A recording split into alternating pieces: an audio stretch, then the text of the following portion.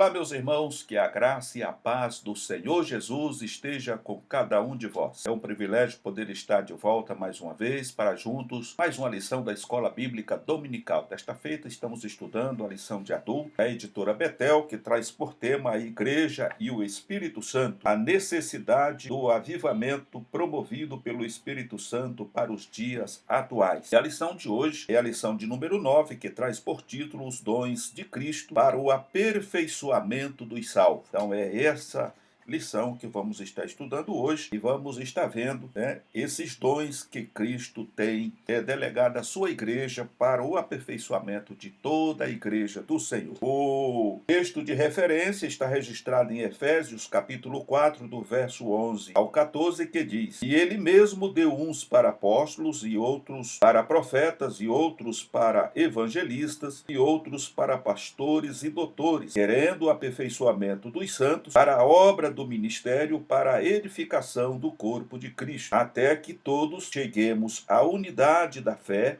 e ao conhecimento do Filho de Deus, a varão perfeito, à medida da estatura completa de Cristo, para que não sejamos mais meninos inconstantes, levados em roda por todo vento de doutrina, pelo engano dos homens que, com astúcia, enganam fraudulosamente." Então essa é a leitura de referência, está aí registrado em Efésios capítulo 4, do versículo 11 ao 14. O texto áureo diz: "Mas a graça foi dada a cada um de nós segundo a medida do dom de Cristo." Efésios capítulo 4, verso 7. E a verdade aplicada diz ainda: "Os dons de Cristo visam prover à igreja o necessário para proporcionar o indispensável aperfeiçoamento até que ele venha." Meus amados, nós temos aqui os três objetivos da lição, e o primeiro deles é apresentar a relevância dos dons ministeriais na igreja, isso é um ponto fundamental. O segundo é mostrar que os dons ministeriais são atuais, e o terceiro, expor a variedade de dons e a multiforme graça de Deus. Dito isto, nós vamos aqui à introdução, que diz o seguinte: o apóstolo Paulo nos faz ver que o Senhor, que venceu e foi exaltado segundo a sua graça, concede à sua igreja dons necessários para o pleno desenvolvimento do corpo de Cristo, para que alcancem a maturidade espiritual necessária. Então nós vemos aqui que o apóstolo Paulo ele nos faz ver que o Senhor Jesus venceu de fato e cumpriu com a sua palavra, quando ele disse que era necessário que ele fosse, porque se ele não fosse, o Consolador não viria a nós. Por outro lado, ele também diz: "Ficai em Jerusalém, até que do alto sejais revestidos de poder." Quando a gente analisa esses dois pontos, nós chegamos à conclusão que sem esse revestimento de poder, os apóstolos, eles não teriam força para resistir à investida do mal, toda a perseguição que aconteceu no período da igreja primitiva. Então era necessário que eles tivessem esse revestimento de poder, não só para ter essa resignação de lutar, mas de pregar o evangelho com ousadia, como fizeram. Por outro lado, se eles não tivessem permanecido sob a palavra do Senhor, que eles não deveriam se ausentar de Jerusalém até que fosse revestido esse poder, a igreja hoje com certeza não existiria, porque nós sabemos, segundo a história, que a igreja passou por momentos, mas em todos esses períodos de dificuldade, de perseguição, de morte, etc., a igreja foi vencedora, Como diz um hino aí, que cada gota de sangue era uma semente que estava sendo plantada. E hoje o evangelho, ele praticamente atingiu e alcançou todo o mundo, desde a época dos apóstolos até os dias atuais. E tudo isso porque o Espírito Santo veio e ele tem capacitado o seu povo. Por isso, Jesus, ele é fiel na sua palavra. E o apóstolo Paulo faz aqui essa constatação: o Senhor venceu, foi exaltado, segundo a sua graça, concede à sua igreja dons necessários para o pleno desenvolvimento do corpo de Cristo, para que alcance a maturidade espiritual necessária. Então, dentro de todos os dons que o Senhor tem delegado à sua igreja, tem a visão maior, dizemos assim, que a visão maior de tudo isso é a maturidade da igreja. A igreja precisa chegar a um patamar de maturidade, até como vimos aqui no texto, para que não andemos em roda como meninos, né, sendo levados por vento de doutrinas, e que hoje se tornou uma prática no nosso país, principalmente. Então, quando a gente tem essa certeza, quando a gente tem essa convicção, e o Espírito Santo está atuante no meio da igreja, né, trabalhando pela igreja, e individualmente por cada salvo, por cada irmão e irmã, a gente tem maturidade suficiente para não se deixar levar pelos ventos de doutrinas que aí estão. Então, o primeiro ponto, o primeiro tópico aqui, nós vamos estar conhecendo os dons ministeriais, né? No segundo tópico, nós vamos estar vendo aqui a distribuição dos dons, e no terceiro e último tópico, vamos estar vendo aqui sobre variedade de dons e a multiforme graça de Deus. Então, iniciando aqui, no ponto de conhecendo os dons ministeriais, nós vemos aqui que os dons ministeriais foram ofertados aos crentes como um dom pessoal, com a finalidade de que seja exercido sistematicamente, de modo a promoverem o desenvolvimento espiritual e o fortalecimento da Igreja de Cristo. Sendo assim, os dons ministeriais não são distribuídos aos crentes para o seu próprio interesse, todavia, eles são dados por Cristo servirem aos interesses da igreja. Então, o primeiro ponto que nós observamos aqui, segundo o bispo Oídes, é que os dons espirituais, eles não são concedidos pelo Espírito Santo à igreja ou às pessoas individualmente para um uso próprio, né, para que aquela pessoa se sinta que ele é o mais importante, né, como a gente tem visto aí na prática, né, é o mais espiritual, é o mais inteligente, é o mais sábio, tudo. Mas a finalidade principal dessa concessão dos dons espirituais para os irmãos individualmente é para que eles se tornem úteis para a edificação da igreja. Então Deus, ele concede um dom específico a um irmão, a uma irmã, para que ela se torne um instrumento de Deus para a edificação da igreja, para o crescimento da igreja. Então, é o que nós entendemos aqui. Sendo assim, os dons ministeriais não são distribuídos aos crentes para o seu próprio interesse. Todavia, eles são dados por Cristo para servirem ao interesse ou aos interesses da igreja. Então, se você recebe, né, o dom de apóstolo, que é o primeiro da lista, né, que hoje nós denominamos como missionário, então esse dom, ele é um dom específico para aquele que vai desbravar regiões aonde não tem crentes. Ele vai formar ali uma igreja, vai iniciar um novo trabalho. A partir dali, como fez Paulo, espelhando-se no apóstolo Paulo, ele vai para outra região, e para aquele local onde ele iniciou um trabalho, é enviado ali talvez um evangelista, ou mesmo um pastor que vai para lá para dar sequência. E aí nós vemos, né, aquela palavra do apóstolo Paulo, quando ele reclama para os irmãos lá, dizendo, mas quem é Apolo? Quem é Paulo?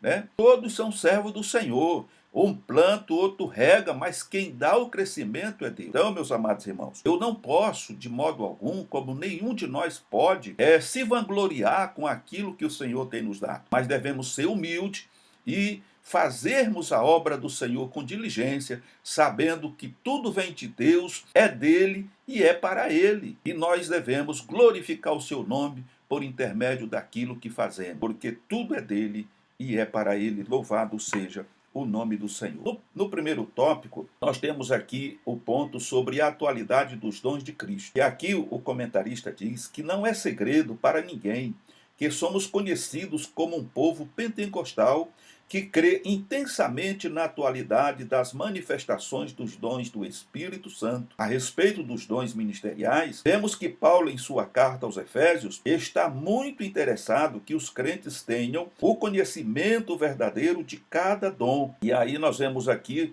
aonde é observado Efésios capítulo 4, versos 7 a 11, após o Senhor Jesus Cristo vencer e ser exaltado, concede a seu corpo um grupo especial de pessoas que, por sua vez, mobilizarão os outros membros do corpo de Cristo para seus ministérios. Assim, é possível afirmar que, enquanto a igreja estiver na terra, precisará de mais maturidade e unidade. Efésios capítulo 4, 13. Sendo então necessário que os dons continuem a se manifestar. Então, nós vemos aqui nesse primeiro ponto que os dons espirituais, eles não são segredo para ninguém. Por quê? Porque nós somos considerados um povo pentecostal. Nós cremos nos dons espirituais, cremos no batismo com o Espírito Santo, e são os dons espirituais que têm impulsionado a igreja no decorrer desse século, né? Mais de 100 anos de igreja no Brasil e em outras partes do mundo. E é o Espírito Santo que tem impulsionado irmãos e irmãs, né, através dos dons que são concedidos para que o trabalho não pare. E com isso também nós temos trabalhado uns pelos outros para que essa unidade perfeita, que foi inclusive a oração de Jesus ali em João 17, quando ele ora pela unidade do corpo de Cristo, da igreja, ele orava ao Pai dizendo: Senhor, eu quero que ele seja um, né, como eu sou um contigo. Então essa unidade, né, ela tem acontecido porque o Espírito Santo tem dado essa capacitação para que a igreja se torne um só corpo. Vários membros existem, mas é um só corpo. Louvado seja o nome do Senhor Jesus. E o Senhor é o cabeça desse corpo que é a igreja. Então, meus amados irmãos, o Senhor Jesus foi exaltado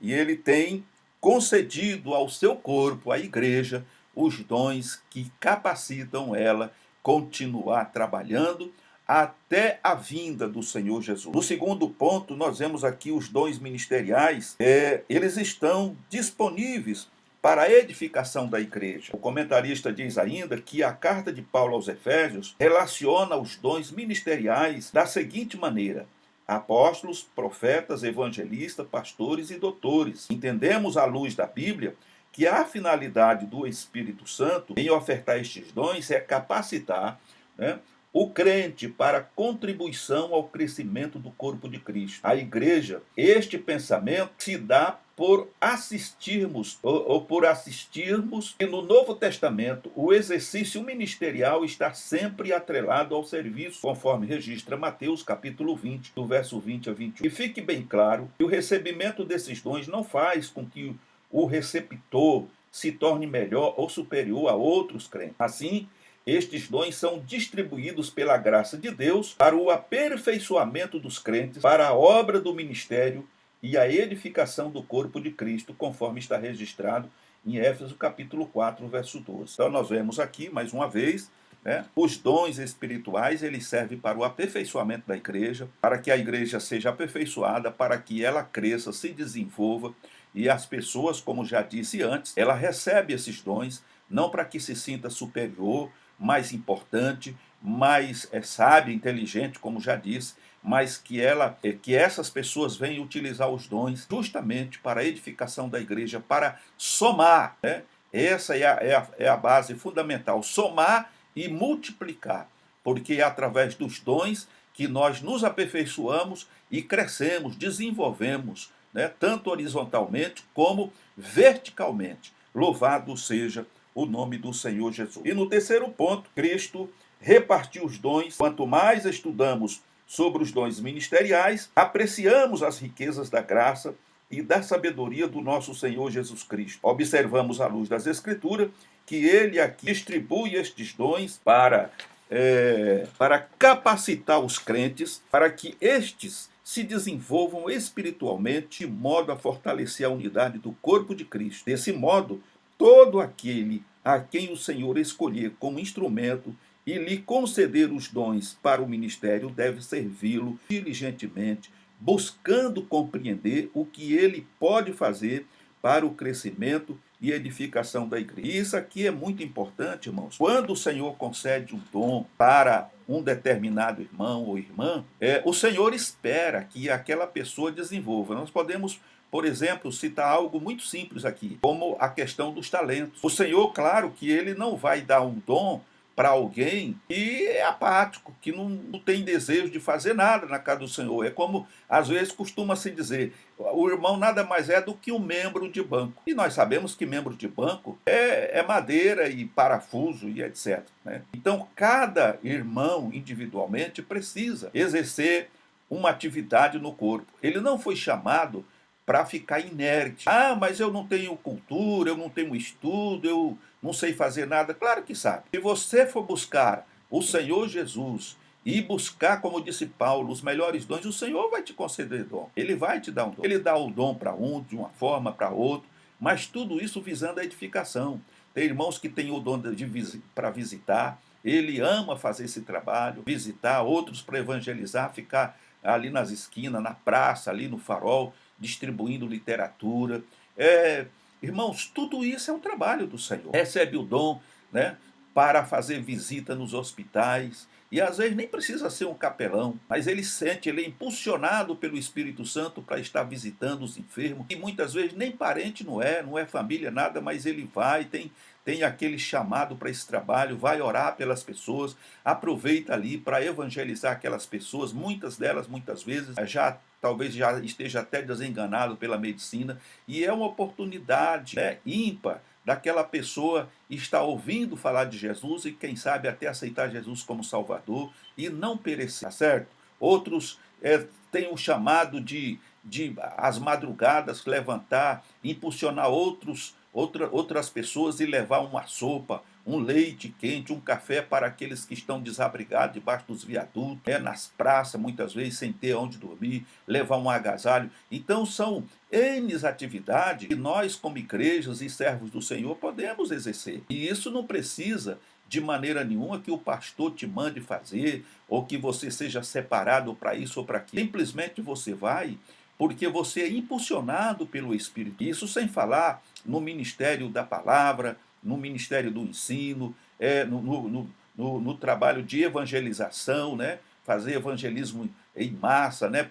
Concentração evangelística e etc. E tal. Todos nós, como Igreja do Senhor, pertencendo ao corpo de Cristo, recebemos do Senhor alguma atividade. Muitas vezes nós não exercemos, às vezes por covardia, por medo, por vergonha, né? Mas quando nós colocamos o Senhor na frente, nós temos sucesso, porque o Senhor espera que cada membro do corpo de Cristo seja funcional nesse corpo, independente do tamanho. Ah, mas eu sou pequenininho, eu sou menor, né? Como disse Davi, a melhor dizendo, como disse Saul, quando foi abordado por Samuel.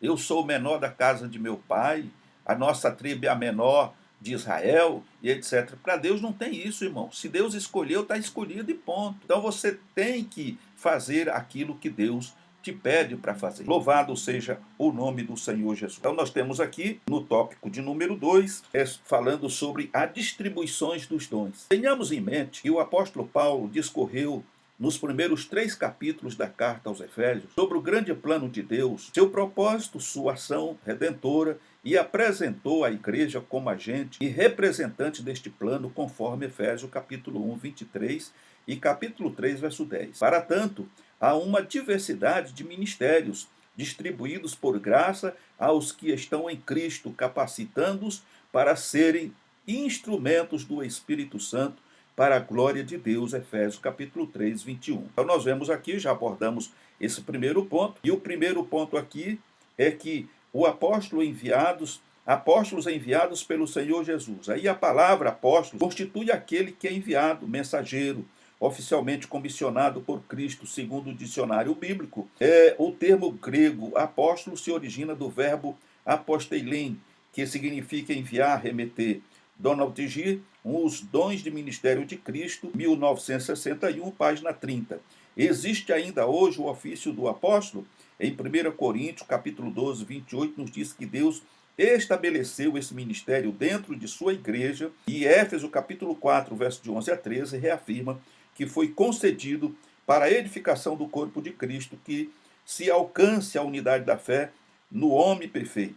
A partir destes argumentos, o destacado escritor afirma haver base para o exercício de uma certa forma do ofício apostólico em operação no corpo de Cristo. A Bíblia apresenta homens de Deus que também foram considerados apóstolos além dos 12. Atos capítulo 11, verso 14 e Romanos capítulo 16, verso 7. Temos aqui um comentário do bispo Abner Ferreira, onde ele diz que o apóstolo significa aquele que é enviado, mensageiro. Evidentemente que hoje não temos apóstolo com as credenciais dos primeiros convocados pessoalmente pelo Senhor. Andaram com Jesus ao longo de seu ministério e testificaram que Jesus era o Senhor ressuscitado.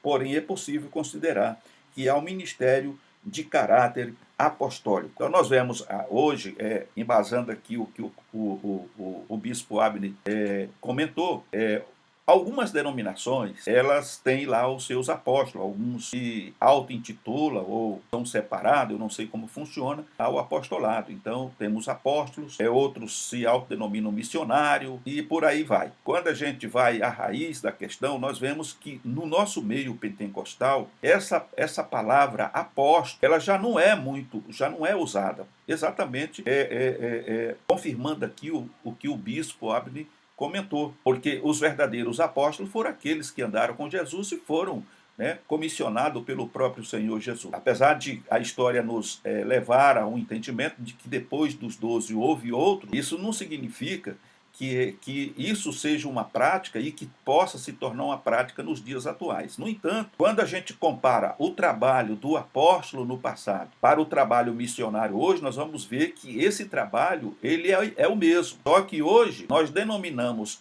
essas pessoas, ao invés de chamarmos eles, separar uma pessoa para o apostolado, e enviar ele para outras regiões, como já falei no início, nós denominamos de missionário. Por quê? Porque esse missionário ele está indo para a África ou para qualquer outro continente, ele está indo para fazer um trabalho de missão, ele está indo em missão, conquistar vidas para o Senhor Jesus. Então hoje nós denominamos missionários, que poderia, sem dúvida alguma, ser chamado de apóstolo, porque eles estão exercendo e fazendo o mesmo trabalho que o apóstolo Paulo e outros fizeram, ok? Então, quando alguém se autodenomina apóstolo e fica no seu recinto ali, no seu ministério, na igreja ali onde iniciou, então esse trabalho deixa de ser um apostolado. Ele pode ser um pastorado, porque esse é o trabalho correto de um pastor, pastorear uma igreja. O apóstolo, ele tem que ir para outro. Eu fundei um trabalho aqui, iniciei um trabalho, plantei uma igreja aqui, está tudo certo, então eu vou para outra província, eu vou iniciar um trabalho, como o apóstolo Paulo fez, é só espelhar o que Paulo fez. Nós vamos chegar a esse denominador. Ok, meus amados? Nós vamos aqui, e no segundo ponto nós temos aqui profetas. Profetas são pessoas que são portadoras da mensagem divina. Entendemos que o profeta do Novo Testamento não tem a mesma posição e destaque do profeta do Antigo Testamento. Em sua carta aos Éfesos, ou aos Efésios, quando Paulo apresenta os chamados dons ministeriais, vemos que os profetas ali citados são nivelados aqueles que pregam a palavra de Deus. No Novo Testamento, os profetas eram aqueles que propagavam a palavra de Deus, impulsionado pelo Espírito Santo, cooperando assim para a edificação da igreja, conforme está registrado em Atos capítulo 13, verso 2. Agiam visando contribuir para que o corpo de Cristo prosseguisse a maturidade espiritual, conforme Efésios capítulo 4, verso de 13 a 16, por intermédio do ensino, da interpretação da palavra de Deus e de sua aplicação. Então nós vemos aqui o comentário de Warner Wisber.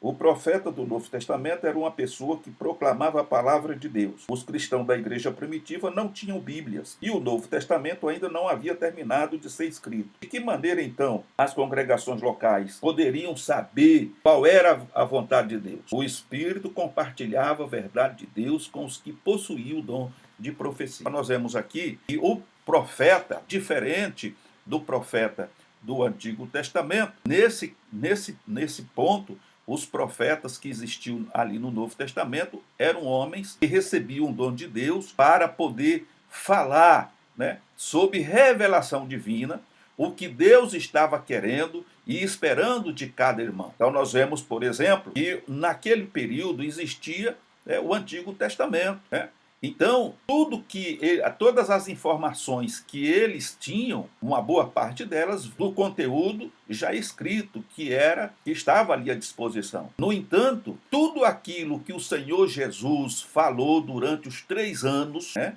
e meio que esteve ali com os discípulos, o próprio Senhor Jesus disse: quando o Espírito Santo viesse, aquele Consolador que da parte do Pai ele enviaria, faria com que ele se lembrasse de todas as coisas que eles tinham ouvido da parte de Jesus, né?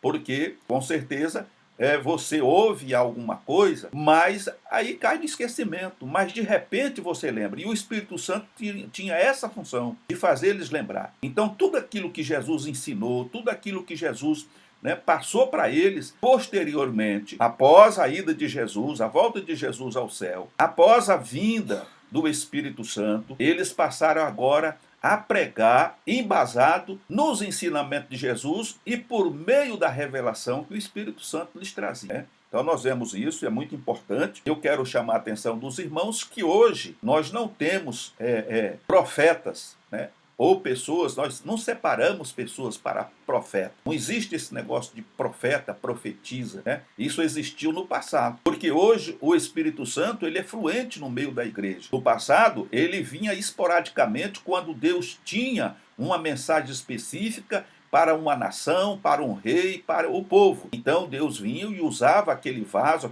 aquele homem que era intitulado profeta, como profeta Elias, profeta Eliseu e outros mais. Então o Senhor se revelava a eles através da mensagem, através do Espírito, e ele entregava aquela mensagem para o povo. Então hoje o Espírito Santo está presente. Então o Espírito Santo hoje ele usa, né, os irmãos, as irmãs que têm recebido esse dom.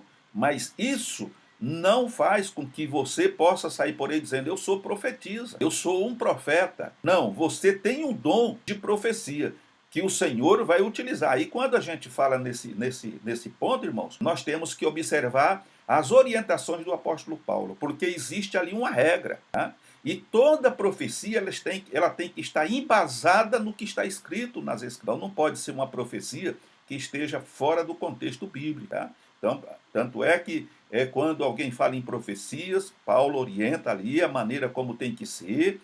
Se para uma outra pessoa foi revelado alguma coisa, o primeiro se cala, e enquanto isso os outros estão ali julgando. E aí a importância do dom de discernimento para ver se é de fato Deus que está falando com o povo através da profecia. Por outro lado, nós temos uma outra questão, né? Já ouvi pregadores renomados dizendo que quando eles estão fazendo uso da palavra, estão no púlpito fazendo uso da palavra, ele é um profeta. Ele é o profeta de Deus, porque ele está ministrando a palavra de Deus. Então, se nós levarmos em conta o que o comentarista, né, o bispo Ides está dizendo aqui, com a prática da pregação do evangelho, então nós temos que afirmar e dizer que o verdadeiro profeta é aquele que prega a verdadeira palavra de Deus, sem acrescentar, sem diminuir, prega fielmente a palavra de Deus, com todas as letras, com todas as vírgulas, com todos os pingos e exclamações. Então, a igreja está ali recebendo uma profecia que vem da parte de Deus para que haja desenvolvimento, para que haja crescimento espiritual, para que haja temor da igreja, porque nós sabemos que os dias são maus. Amém, meus amados irmãos? Não com isso descredenciando os dons de profecia, ou o dom de profecia. Amém? Que Deus em Cristo vos abençoe. Vamos ao outro tópico aqui, onde vem falando aqui sobre evangelistas, portadores das boas novas. A palavra evangelista vem do grego, o egeliste, que literalmente significa mensageiro do bem ou mensageiro de boas novas. O dom ministerial de evangelista consistia em proclamar a palavra de Deus em viagens de um lugar para outro, onde quer que o Espírito os enviasse. Esse dom conferia ao evangelista possuir uma capacitação especial para conduzir outras pessoas a Cristo, que depois, agrupadas, as almas que aceitavam a mensagem eram congregadas em pequenas comunidades ou igrejas. O apóstolo Paulo era um evangelista, assim como Timóteo, capítulo 2, 2 Timóteo, capítulo 4, 5 e 1 Coríntios 1,17. Então, nós vemos aqui que o apóstolo, ele também é um evangelista. Nós podemos ver aqui no caso de Filipe, né? era um diácono, mas ele fazia o trabalho de um evangelista. E o interessante aqui, irmãos, quando Filipe pregava, ele não só conseguia envolver os ouvintes com a mensagem do evangelho, mas ele envolvia também as pessoas, porque, segundo o que está escrito, eles não somente ouviam, mas viam os milagres que Deus operava por intermédio. Então, isso é algo importante. Paulo também, ele também tinha, né, a sua maneira de evangelizar e como Deus operou através da sua vida. Apolo e outros mais, Timóteo e todos os apóstolos do Senhor Jesus naquele período, quando eles iam de cidade em cidade pregando o evangelho e plantando igrejas ali, como Deus operou milagres, né, tremendos. E eu acredito, sem nenhuma sombra de dúvida, que hoje ainda é necessário que esses milagres acompanhem a verdadeira pregação do evangelho. Hoje nós temos uma dificuldade, irmãos, não só de evangelizar, mas uma dificuldade até mesmo com os que já estão dentro da igreja. Muita gente já estão na dúvida, né? Muitos se tornaram frequentadores de igreja, são crentes nominais, são simplesmente religiosos, porque tem faltado no meio da igreja as operações de milagre, né? Como acontecia no passado. Então nós precisamos voltar à presença de Deus. Eu acho que o maior responsável pelo que tem acontecido, pelo que está acontecendo, não é a igreja do Senhor, mas são os líderes. Imagine Filipe, Paulo e os demais irmãos pregando para pessoas que nunca tinham ouvido falar de Jesus. E os milagres aconteciam. Então nós não estamos falando aqui de uma igreja que estava buscando o Senhor Jesus em busca de milagres. Nós estamos falando de pessoas incrédulas que não conheciam o Senhor Jesus e até duvidavam, né, daquela nova seita, como era chamada, né? A seita do caminho. O Senhor operava. Agora imagine se nós voltarmos como no princípio, aonde o Senhor Jesus batizava com o Espírito Santo, sem precisar botar a mão na cabeça de ninguém e fazer ele rodopiar. Imagine Jesus levantando pessoas de cadeira de roda, não por alguns momentos, e depois que ele volta para casa, ele volta para a cadeira de roda. Então tem tudo isso a ver, irmãos, e eu acredito que nós estamos longe, nós precisamos voltar para perto dela, né? Assumir a nossa responsabilidade como obreiro. Há um preço a ser pago? Sim, claro que há. Mas o resultado vai ser esplendoroso, porque o nome do Senhor vai ser glorificado. E nós temos visto que muitos que têm buscado o Senhor, né, da forma correta, nós temos visto aí o afluir de gente, de pessoas, e muitas vezes nós criticamos, como pentecostais, nós criticamos algumas denominações aí, onde o povo tem ido, tem recebido bênçãos. É claro que no meio existe muita coisa errada. Tem alguém que está pagando o preço. E o preço que se paga, irmãos, ele é muito bem aceito pelo Senhor, porque é por meio do preço que se paga que o operar de Deus acontece no meio do povo. Muita gente hoje, irmão, quer ver para crer. Então não adianta você falar de um Deus poderoso, rico, que supre, que faz, quando você está vivendo numa verdadeira miséria. Você é pobre, não pobre de riqueza, pobre de bens materiais, mas é pobre porque, sabe, você está entendendo? Então nós precisamos atentar para isso. O Espírito Santo está à disposição da igreja, dos obreiros, dos pastores, dos evangelistas, e nós precisamos buscar, porque se não fizermos isso, nós vamos ter uma igreja apática, uma igreja, né? Então nós precisamos, irmão, a responsabilidade está sobre os nossos ombros, precisamos despertar para isso. E para chegarmos ao ponto final, né, vamos aqui ao terceiro tópico, vamos ver alguma coisa aqui. Nós vemos aqui sobre a variedade de dons e a multiforme graça de Deus, que diz, o primeiro ponto diz que pastores responsáveis por conduzir o rebanho de Cristo, ou seja, os pastores são responsáveis por conduzir o rebanho de Cristo. O dom de pastorear se desponta quando, pela capacitação pelo Espírito, o obreiro é levantado por Deus para resguardar, proteger, conduzir em cuidar da sã doutrina, refutar as heresias que surgem no seio da igreja, tendo o dever de ser exemplo da pureza e da sã doutrina. Cabe ao pastor a responsabilidade de alimentar as ovelhas de Cristo com a palavra de Deus.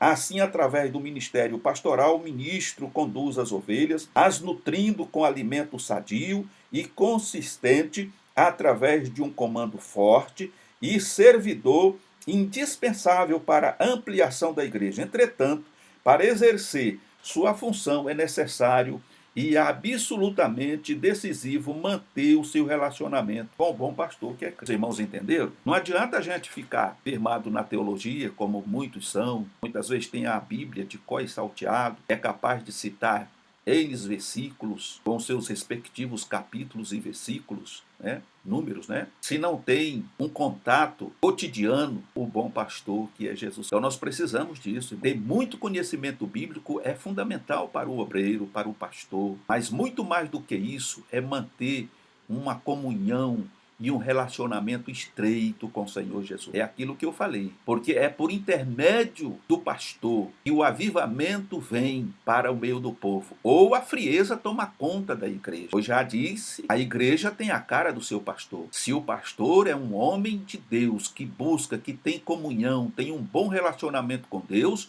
a igreja segue o pastor. Se o pastor é um homem que ora, jejua, consagra, e busca a presença de Deus, a igreja faz também. Mas se o pastor é relapso, é um pastor vaidoso, é aquele que não se preocupa com nada, ele só se preocupa em ver um texto bíblico na hora que o culto vai começar. Ah, eu já sei mais ou menos o que eu vou falar, eu vou juntar esse com aquele, aquele com aquele outro, e vou fazer depois um floreado e vai ficar tudo certo. Não, irmão, você está errado. Faça isso não. Verdadeira palavra, a mensagem de Deus para a igreja, ela tem que vir por intermédio da oração. É o Senhor, o bom pastor, que conhece o estado das ovelhas.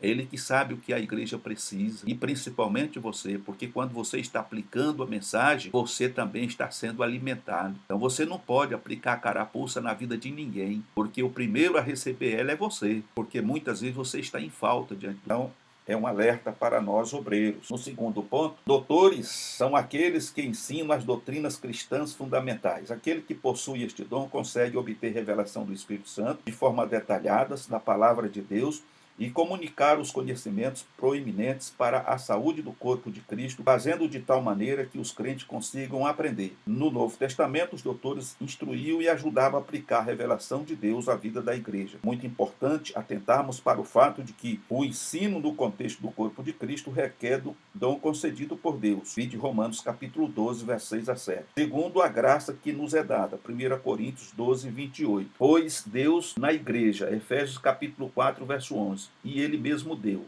Portanto, não basta ter o natural dom de ensinar. Os dons ministeriais concedidos por Deus para edificação e aperfeiçoamento dos santos na igreja locais está o de doutor. Não é um dom muito reconhecido em geral nas comunidades cristãs por falta de entendimento acerca do seu valor ou até por preconceito contra esse termo. É o que diz aqui o pastor Elinaldo Renovato. Então, esse dom é o dom de ensinar. Diríamos que é o ser professor ou professora, porque é o momento, irmãos, e daqui vem a escola dominical, né, que em muitos lugares não é frequentada como deveria, mas é nesse momento, nessa reunião específica, é que a palavra de Deus ela é esmiuçada, destrinchada com mais clareza, com mais profundidade, aonde o irmão, a irmã, ou o aluno, de um modo geral, tem a oportunidade de poder, né, tirar dúvida, fazer pergunta. E a pessoa que recebe de Deus esse dom, ele tem, né, recebido da parte de Deus, pelo Espírito Santo, né, esse conhecimento de poder levar os irmãos a mergulhar, né, no profundo dos mistérios de Deus, revelar nas Escrituras. E é a partir daí, desse trabalho, que nasce ali os novos obreiros, os novos evangelistas, os novos pastores e os novos professores.